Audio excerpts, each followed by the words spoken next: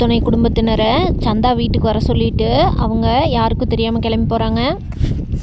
ஐயனார் துணையில் சந்தா ப்ரெக்னெண்ட்டாக இருக்கிறேன்னு சொல்லி கல்யாணத்தை நிறுத்திடுறாங்க. இது தெரியாமல் சேரண்ணா ஆமாம் அப்படின்னு சொல்லிடுறாங்க. அந்த நேரத்தில் சந்தாவோட அப்பா அம்மா 2 பேரும் ரொம்ப டென்ஷன் ஆகி பேசிகிட்டு இருக்காங்க. சந்தாவை போட்டு திட்டிகிட்டு இருக்காங்க. அந்த நேரத்தில் சேரண்ணா அனீஷ்கிட்ட அனீஷ் இங்கே பாரு அனீஷ், என்னை பற்றி உனக்கு தெரியுமில்ல, சந்தாவை பாரு எப்படி அழுகுதுன்னு. அவள் என்கிட்ட ஃபோன்லேயே அவ்வளோ தூரம் அழுதா. நான் தான் நீ இருக்கேன்னு சொல்லி விட்டேன். இனிமேலும் என்னால் விட முடியாது அனீஷ், என்னோட அனுப்பிச்சி வச்சுருங்க சந்தாவை, நான் சந்தாவை கூட்டிகிட்டு போயிடுறேன் அப்படின்னு சொல்கிறாரு.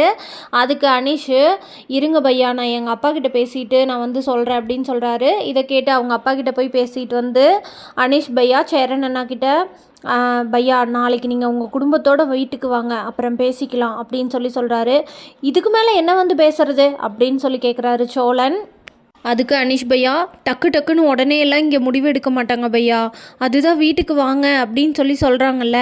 இந்த சூழ்நிலையில் சந்தாவை வேறு யாருக்கும் கல்யாணமும் பண்ணி தர மாட்டாங்க. நீங்கள் என்னை நம்புங்க, என்ன நம்பிக்கையோடு நாளைக்கு வீட்டுக்கு வாங்க பேசிக்கலாம் அப்படின்னு சொல்கிறாங்க. சரின்னு இவங்க எல்லாரும் கிளம்பி ரூமுக்கு போய் ரெஸ்ட் எடுக்கிறாங்க. அந்த நேரத்தில் பாண்டியன், பல்லவன், சோழன் இவங்க எல்லாரும் சேர்ந்துட்டு சேரனனாவை வந்து கிண்டல் பண்ணுறாங்க. சேரனனாக்கு வந்து சந்தா மாசமாக இருக்கிறேன்னு சொல்லி தான் இந்த கல்யாணத்தை நிறுத்தியிருக்காங்க அப்படிங்கிறதே வந்து தெரியல.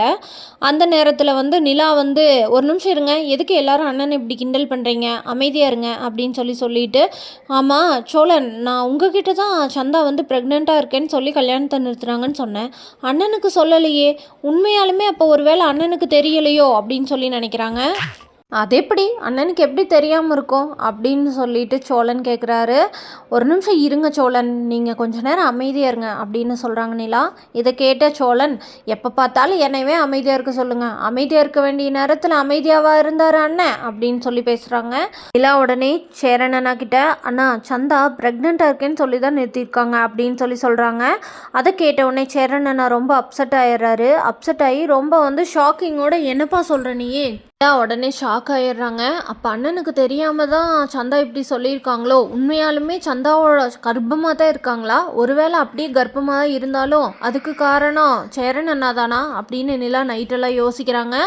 காலையில் வந்து அண்ணா ரெடி ஆகிட்டிங்களா அப்படின்னு கேட்கும்போதும் சேரன் அண்ணா சந்தா ஏன் அப்படி சொல்லி கல்யாணத்தை நிறுத்திச்சுன்னு எனக்கு தெரியலப்பா, ஆனால் எங்களுக்குள்ளே அப்படி எந்த விஷயமுமே நடக்கலை அப்படின்னு சொல்கிறாரு. இதை கேட்ட நிலா ரொம்ப ஷாக் ஆகிடுறாங்க. சரி கல்யாணத்தை நிறுத்துறதுக்காக தான் வந்து சந்தா அப்படி சொல்லியிருக்கும் போல் அப்படின்னு சொல்லிட்டு போகிறாங்க. இங்கிருந்து அங்கே போய் பார்க்கும்போது சந்தா குடும்பத்தில் யாருமே இருக்க மாட்டேங்கிறாங்க. நைட்டோட நைட்டாக சந்தாவை கூட்டிகிட்டு சந்தாவோட அப்பா அம்மா அனீஷ் 3 பேருமே சேரன் ஃபேமிலியை ஏமாற்றிட்டு ஓடி போயிடுறாங்க. ஐயனார் குடும்பத்தினர் மறுபடியும் சந்தா ஃபேமிலியை கண்டுபிடிப்பாங்களான்னு தெரிஞ்சுக்க நம்ம சேனலை மறக்காமல் லைக், ஷேர் அண்ட் சப்ஸ்கிரைப் பண்ணிக்கோங்க.